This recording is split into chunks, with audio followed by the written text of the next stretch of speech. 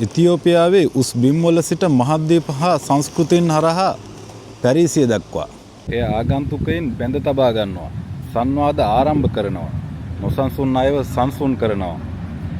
ඒ සරල කෝප්පේ සදාකාලික දෙයක් තියෙනවා. විරාමය හා කරුණාවේ මොහොතක්. උදෑසන අමෘතය. දිනේ පිටුපස ඇති නිහඬ ශක්තිය. ඒ ජලයට පමණක් දෙවනි වෙන පානය. වෙන මොනවත් නෙමෙයි. ඒ කෝපි. විරාමයකින් තොරව වේගෙන් දිව යන ලෝකේ හැඟීම්බර ආරම්භය සනිටුහන් වෙන්නේ කෝපි කෝප්පයකින්. මේක පානයක් විතරක් නෙමෙයි චාරිත්‍රයක්. සිතුවිල්ලට ආදරණීය සහකාරියක්.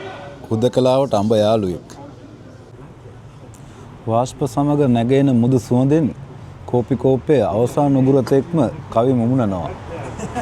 ඒ වචන වලින් නෙමෙයි රසයෙන් හා සුවඳෙන්.